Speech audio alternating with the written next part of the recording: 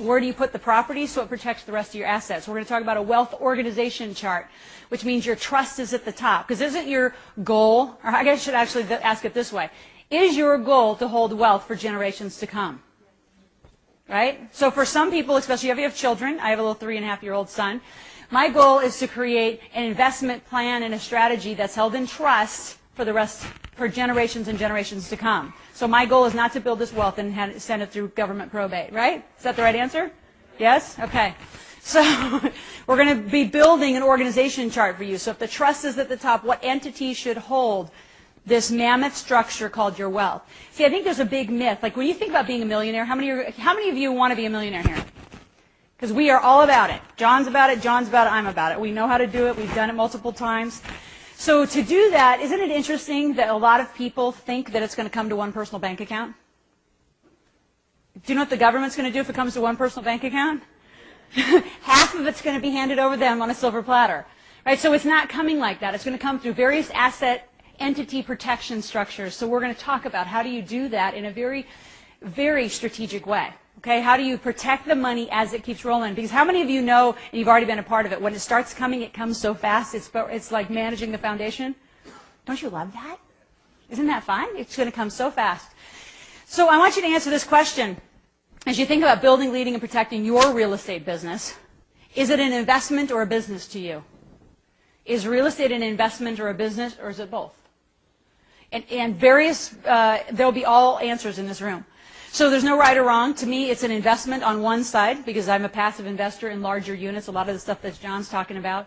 We have almost 300 units in Oklahoma City, almost $3 million properties that we have in Oklahoma City. So we have nearly 100 units in each of those. So I'm a passive, that's much more of a passive game than I'm playing in the larger buy and holds.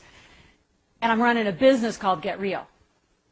Okay, so I want you to really start making some distinctions about your life and your business. Why do you think that's important? A lot of people all put it under their life. Do you know what I'm talking about?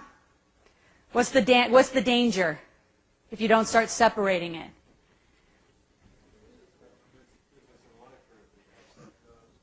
Right, so you don't know, you're not, I'll say from a business standpoint, what I see when people collapse their business in their life is that if the business isn't profitable, they're unwilling to cut it loose. And what they do, I've seen people go down to bankruptcy because they're not willing to cut it loose. So we're going to talk about revenue modeling. Is when you do decide on your real estate strategy, how do you make sure that you have mapped revenue all the way through, that you're getting what you want? You're getting the rate of return. You're getting the yields that John Childers talked about earlier. Not hoping for them, you're getting them. Okay, so that's mapping a plan for revenue. Are we up for that? Okay, you guys see you're going to roll up your sleeves a little bit? We're going to be working on it. Okay, 7 steps to building a business. And I'm talking in a general sense of when you build a business, because I love entrepreneurialism. Love it, love it, love it. Love building businesses. And in fact, this program, Building, Leading, Protecting Your Business, we're going to be talking about it from the context of how do you build a real estate business. So in general, I believe that your vision is something that's absolutely imperative that you get clear about. We're going to come back through and I'm going to talk about these in detail. It's just an overview right now. So vision is absolutely important. You've got to know where you're going. What's the destination, right? I mean, I'm at a very different point in my career than John Childers is, right? I'm a very different point in my career. Actually, John Desar and I are more similar in our positions, having families right now, younger families. Strategy, what are the strategies that are going to get you your vision, okay? Talk about the difference. Revenue modeling. If that strategy doesn't make cash, then don't call it a business, call it a hobby and put it on the shelf. Right? I see so many people wanting to dabble in things, and they wonder why they can't get profitable. Okay? Protection, you'll hear me talk about that all the time. Make sure you have asset protection, the right kind of entity structure, and tax protection. We see people so many times in our mentoring program, they'll come in, and one strategy session would save them $5,000 to $10,000. Recently worked with a chiropractor, saved them over $50,000 in taxes because they weren't set up accurately. So there's an enormous amount of money that could go towards your wealth building plan that you're paying in taxes because you don't know, you're not set up accurately. Don't you love that? You're going to save so much money by the time you leave. Marketing. We're going to talk about marketing in the context of real estate.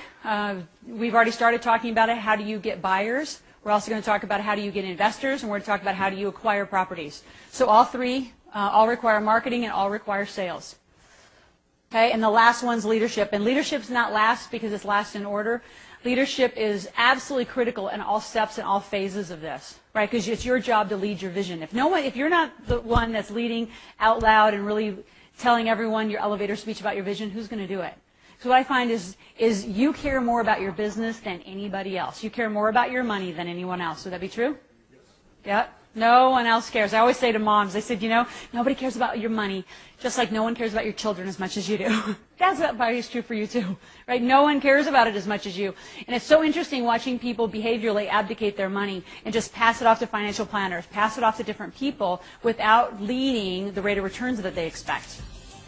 Tomorrow, we'll look at a strategy that all the financial experts recommend when it comes to creating lasting wealth that stands the test of time and economic turns. We'll see you tomorrow.